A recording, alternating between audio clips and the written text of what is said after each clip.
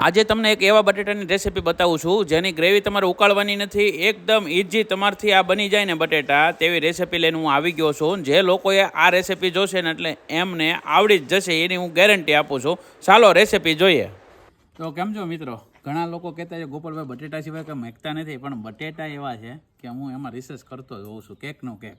તો આજ છે ને ખાલી મરચું નાખવાનું છે, મીઠું નાખવાનું છે અને સિંગ તેલ નાખવાનું છે અને કોથમરી છે, લીંબુ જેને ખટાશ જોતી હોય ને એના માટે. જો આપણે બટેટા બાફી લીધા છે અને આ 2-3 મોટા છે એના આજ થોડાક અમારે મોટા લેવાઈ ગયા છે. અને ભાઈ બટેટા ઘણા લોકો મને પ્રશ્ન પૂછતા આવો અમારા ધોરાજીમાં, ભાઈ બટેટા દરેક જગ્યાએ બનતા હોય, બધાનો અલગ અલગ ટેસ્ટ હોય. અમારા ભાવનગરમાં બને, તમારા ભાવનગરમાં સૌથી વધારે જાતના બટેટા બનતા હોય, બધાના ટેસ્ટ બધાના અલગ અલગ હોય. તો હવે આપણે કપાઈ ગયા છે. હવે આગળની મેથડ તમને બતાવું. જો આ બધા છે ને દેતવા કે કોલસા કે આ જે વસ્તુ બનાવવા છે ને એક હટકે, એક નવો ટેસ્ટ. જો તમે ગરમ ગરમ દેતવા લઈ લીધા છે. તો સિંગ તેલ છે ને થોડું એવું આપણે કાચું આની અંદર નાખવાનું છે.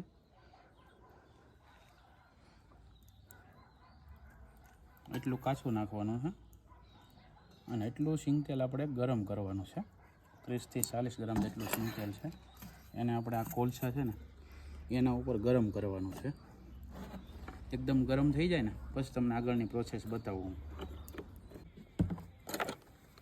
જો આ સિંગ તેલ છે ને ભાઈ એકદમ ગરમ થઈ જશે, હીટ પકડી જશે અને સરસ મજાનું સ્મોકી ટેસ્ટ આવશે આમાં. જોઈ લો તમે, જામું ને આ જ રીતે આની અંદર આપણે તેલ નાખ્યું. હવે બધા જે બટેકા છે ને એને આ રીતે બધામાં તેલનું કોટિંગ થઈ જાય. આને અમે કહીએ છીએ પડવાળા બટેટા, પણ એમાં એક ઘટકી વસ્તુ આપણે લાવ્યા છીએ. આવી ગયું મીઠું. બટેટામાં જો મીઠું હરખા માપમાં હોય ને તો બટેટું ખાવાની કંઈક મીઠાશ જ અલગ હોય છે. બાફતી વખતે તો આપણે નાખ્યું છે, હું આમાં એપ્રોક્સ 1 ચમચી જેટલું મીઠું નાખી રહ્યો છું. શું કામ કે એનો ટેસ્ટ છે ને ભાઈ મીઠાથી સારો ખુલ્લે. ઘણી વખત તમારા બટેટાની ગ્રેવી સારી હોય પણ ટેસ્ટ ન આવતો હોય. હવે આને આપણે 1 મિનિટ આમનું પડારાવા દઈશું ને એટલે આનો ટેસ્ટ આખો અલગ બનશે. ત્યાં સુધીમાં આપણું તેલ ગરમ થઈ જાય. જુઓ તમે,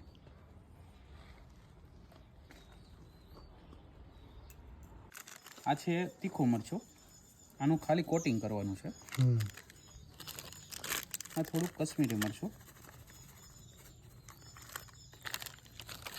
અને આવી ગયું થોડુંક ધાણા જીરું. હવે કોટિંગમાં ખાલી તમારે આ રીતે સેપરેટ કરવાનું. જો આ રીતે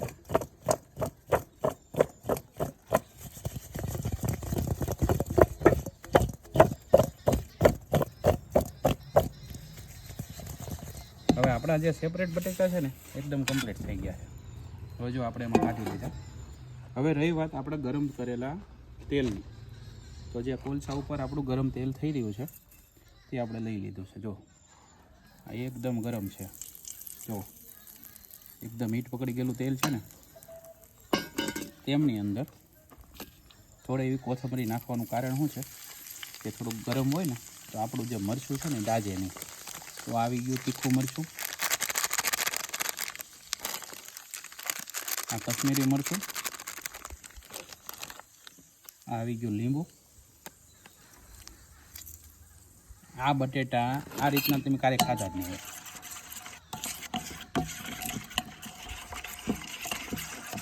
ધાણા જીરું લાસ્ટમાં નાખવાનું છે. જો આ જે મસાલો જે બને ને ભાઈ એ તો આખો આમ જો લાજવાબ બને હો.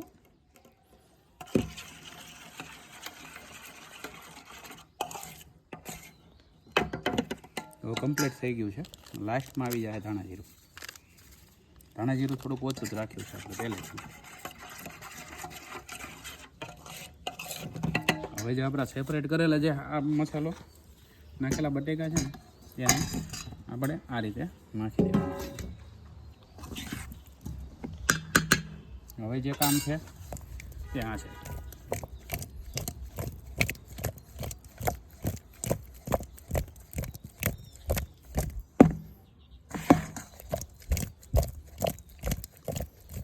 તમારે આ રીતે ફેરવતું રહેવાનું, એટલે જેથી કરીને એક કે મસાલો બધા જ બટેકાની આરે સોંટી જાય.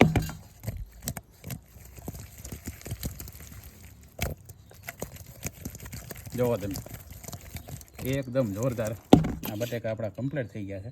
હવે માથે આવી ગયું લીલા ધાણા.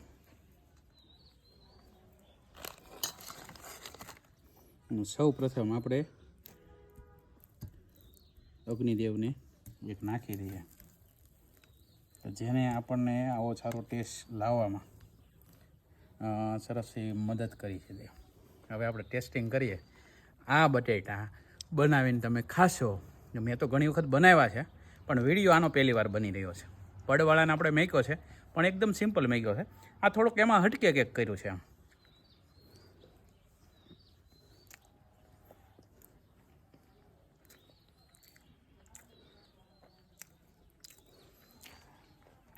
જે લોકો તીખું ખાતા હોય ને, આ એકદમ નોર્મલ બનાવો. તીખું ખાવું હોય ને તો થોડુંક મરચું તમે વધારજો, મજા આવી જાય. આની મજા જ ક્યાંક અલગ મારા વાલા. જો એ